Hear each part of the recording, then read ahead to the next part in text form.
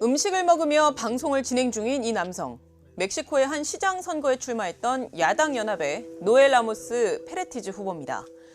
지지자들의 초대를 받아 행사장에 참석한 거였는데 불과 1시간 뒤에 선거 유세를 하다가 길 한복판에서 피살됐습니다.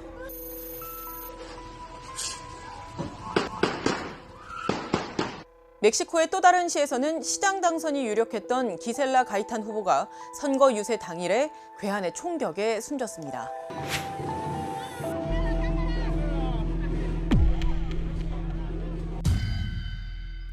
인구 1억 3천만 명의 멕시코를 향후 6년간 이끌 지도자를 뽑는 대선이 당장 6월 2일에 치러지고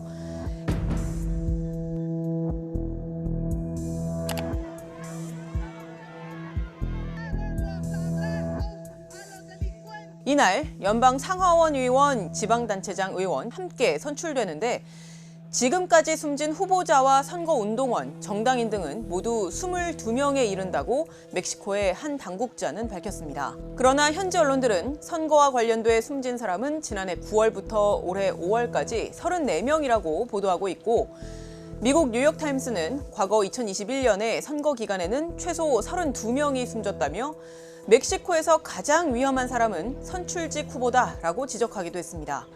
멕시코 상황이 어떻길래 선거에 나온 후보들까지 총격을 당하는 것일까요?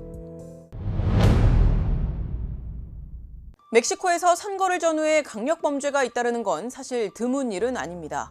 1994년에는 심지어 당시 집권 여당인 제도혁명당의 대선 후보였던 루이스 도날도 콜로시오가 총격에 숨지는 일이 있었을 정도로 정치인들을 겨냥한 테러가 꽤 빈번하게 발생합니다.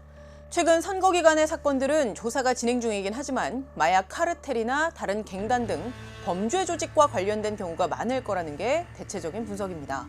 특히 멕시코 카르텔은 코카인, 펜타닐 등 온갖 마약을 주로 미국에 판매하는데 이들이 자신들의 눈에 거슬리는, 그러니까 자신들의 이권에 회방을 놓는 이들을 공격하는 경우가 많았습니다.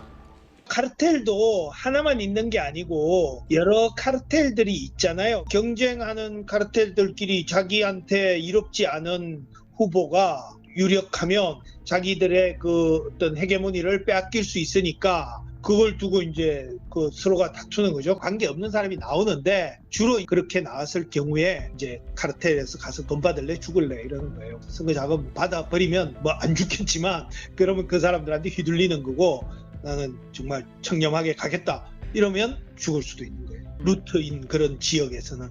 멕시코 현지 언론도 카르텔 간 주도권 다툼을 벌이는 지역에서는 자신들의 영향력을 과시하려는 목적으로 주요 정당 후보가 공격 표적이 되는 경우가 적지 않다고 보도했습니다. 멕시코 게레로주에서는 한 시의원 후보가 그의 부인과 함께 숨진 채 발견됐고 치아파스주에서는 시장 후보를 포함한 8명이 무장한 세력에 의해서 총격을 받아 숨졌는데 카르텔의 소행일 가능성을 배제할 수 없는 상황입니다. 호주의 경제평화연구소 조사에 따르면 정치인을 겨냥한 범죄는 계속해서 증가하는 추세입니다. 전현직 정치인을 겨냥한 범죄는 2020년부터 꾸준한 증가세를 보여서 2020년 71건, 2021년 167건에서 지난해 275건을 기록했습니다. 전 세계 무력 분쟁 데이터를 분석하는 ACLED에 따르면 정치인들은 범죄 집단의 경쟁이 치열한 곳에서 더 큰 위험에 직면하는 걸로 파악됩니다. 구체적으로 과나우아토, 게레로, 그리고 미초아칸 등 갱단 폭력의 영향을 가장 많이 받은 3개 주에서 정치인들을 대상으로 한 폭력 사건도 가장 많이 발생했습니다.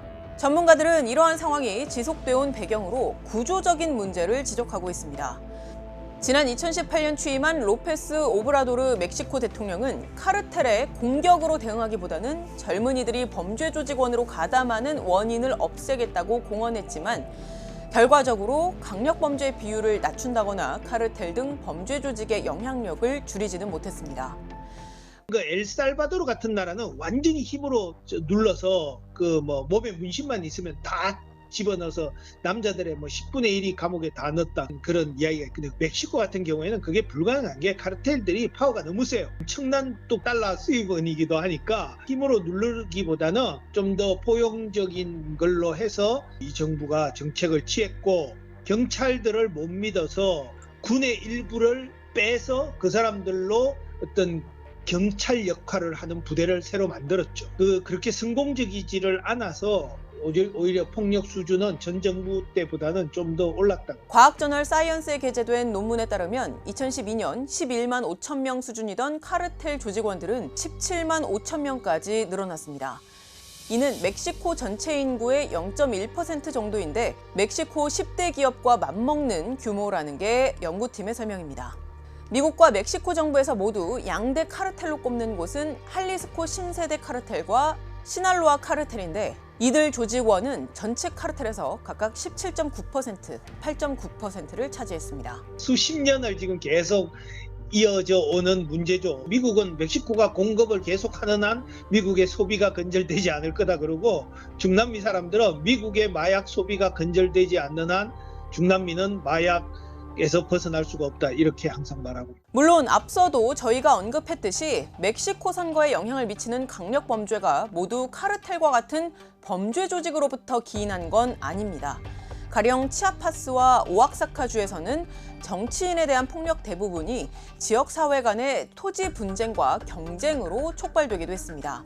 하지만 어떤 형태의 폭력이든 그 폭력은 민간인들에게도 매우 직접적인 위협으로 작용하게 되고 특히 민의를 대표할 선거 후보자에게 폭력을 가하는 건 민주주의의 기본 틀을 훼손하는 행위나 다름없다는 점에서 큰 우려의 목소리가 나오고 있습니다. 지금까지 뒷백이었습니다.